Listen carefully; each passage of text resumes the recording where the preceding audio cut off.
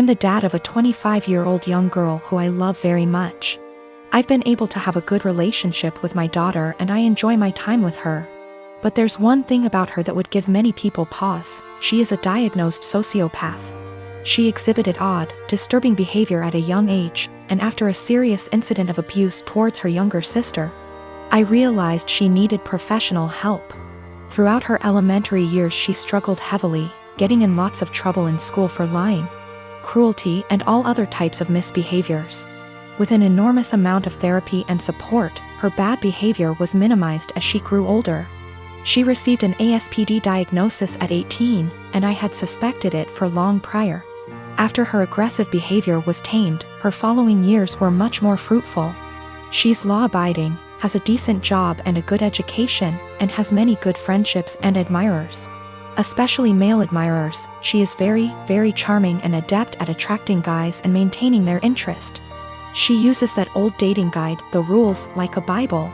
She currently has a boyfriend of about a year and a half who's crazy about her, and who I have a very strong relationship with.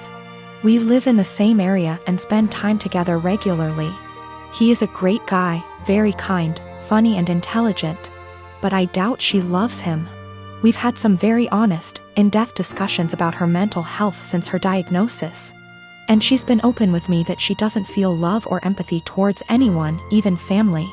When she acted very sad and broken up over the death of one of her closest friends at the funeral, she confessed to me privately that it was all a put-on, and that she felt pretty neutral about the whole thing. She has also stated she has never once felt guilty about anything she's ever done, and doesn't know what guilt feels like. While she enjoys being around her boyfriend and is sexually attracted to him, I highly doubt she feels much of anything towards him love-wise.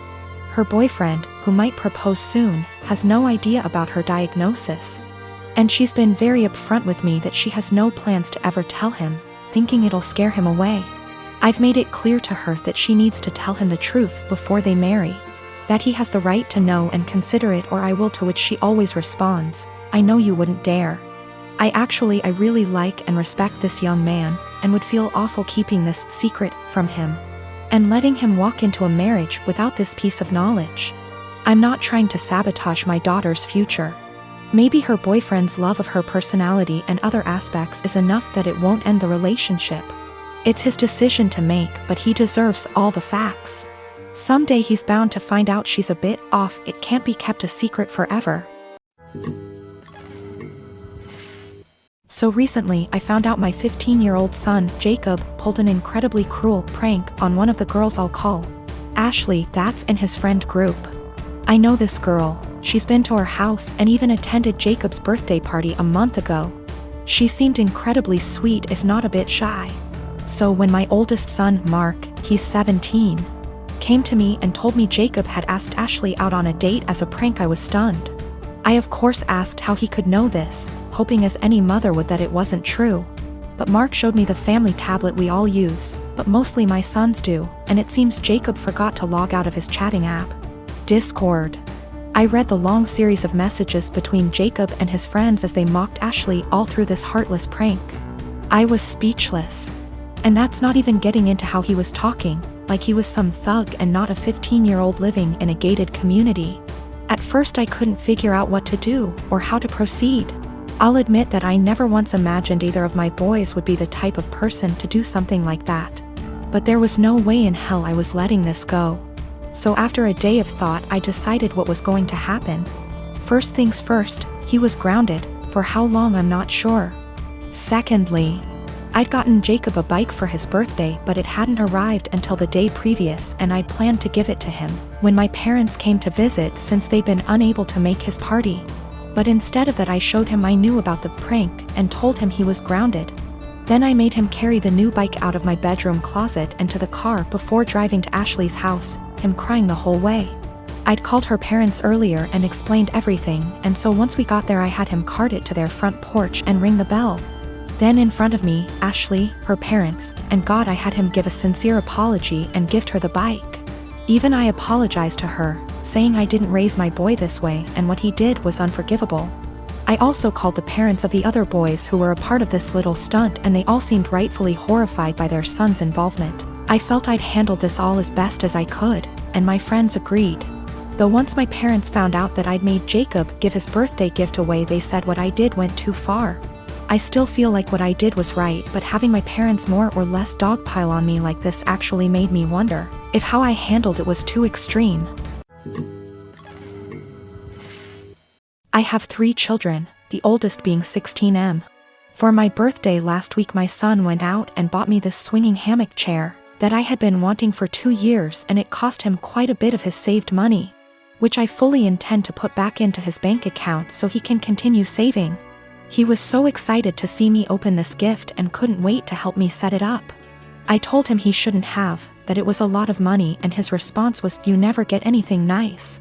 I wanted you to have it." And it was true. I usually don't get anything for my birthday or Christmases outside of Tupperware or soaps.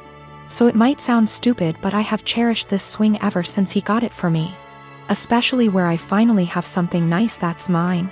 My sister-in-law comes over once a week to see all of us, and she immediately headed straight for my swing, which my son hooked up on our deck.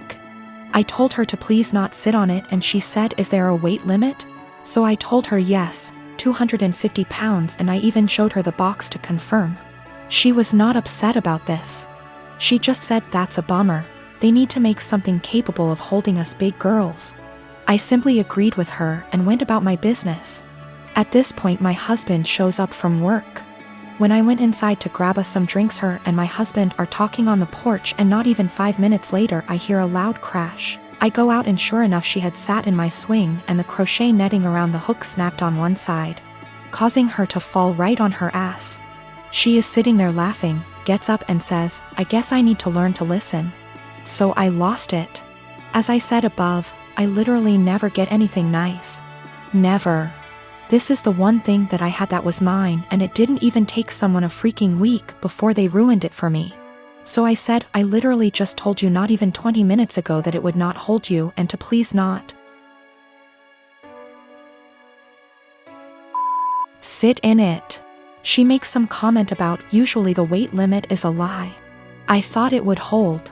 So I said the weight limit probably would have held if you were only 50 pounds heavier than it, not 150. She is 420-ish lbs because she is one of those girls who eat food on camera for money, and she absolutely loves her weight. But regardless, instead of apologizing or offering to compensate me for my destroyed item, she has resorted to saying I'm a shitbag for making her feel like her weight is a problem and my husband is on her side. I have 3 siblings between the ages of 10 and 18. I'm the oldest, 4th at 25. Every year on every single one of our birthday, we're expected to celebrate my mom as well. We've done it since we were little. It was taught to me as giving thanks for carrying plus giving birth to us, which I'm all for. I am grateful, as we wouldn't be here without her. The issue is, though, it becomes less of our birthday and more so an anniversary for the day our mom gave birth. Every year on our birthday our mom gets gifts too. As we got older, we're now expected to get her monetary gifts, and not cards or homemade stuff. Just recently was my birthday, and I was gifted some much-needed clothes and dishware for my new apartment. My dad, however, got my mom a new MacBook. My siblings all got her gifts too. My youngest brother isn't expected to give much. But my 16-year-old sister and 18-year-old second brother work, so they're expected to give gifts too. My sister pulled me aside before my birthday and said she was sorry she couldn't get me much. She got me a sweater, I love it, and that she wanted to get me more, but our mom was pressuring her to get a certain necklace for our mom. Apparently my mom had been dropping hints for months, and my sister was worried our mom would be upset and feel underappreciated if she didn't get it. I asked how much it was, and my sister said it was $300. I honestly lost it on our mom and chewed into her later that afternoon when my mom opened her gifts after me. I think she's ridiculous for even wanting my sister to spend so much on a gift. Mom started crying and my dad kicked me out. Mom won't answer calls, but my aunt, mom's sister, called and said I was a POS for not respecting my mother and that I'm a selfish, narcissist child for being jealous of the gifts mom got. I thought I was in the right, but now I don't know. It's been over 2 weeks and mom won't answer my calls. She's been posting on Facebook inspiration quotes about letting go of the toxicity in your life, how blood doesn't equal family, and how hard it is to be a mother. Several family members, aunt, grandma, uncle, and 2 of my cousins, are replying to the posts and are very obviously directing vague comments at me about being a horrible daughter. What to think now because of how many people are on her side.